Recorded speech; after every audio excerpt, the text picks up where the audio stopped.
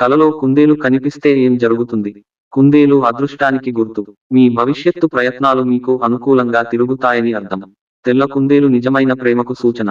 పచ్చిక బయళ్లలో దూకుతూ ఆడుకుంటున్న కుందేళ్లు పిల్లల వలన కలగబోయే సంతోషాన్ని సూచిస్తాయి. ఈ వీడియో మీకు నచ్చినట్లు అయితే దయచేసి షేర్, కామెంట్, లైక్ మరియు సబ్స్క్రైబ్ చేయండి. అలాగే మీకు వచ్చిన కల కూడా మాతో కింద కామెంట్ రూపంలో తెలియచేయండి.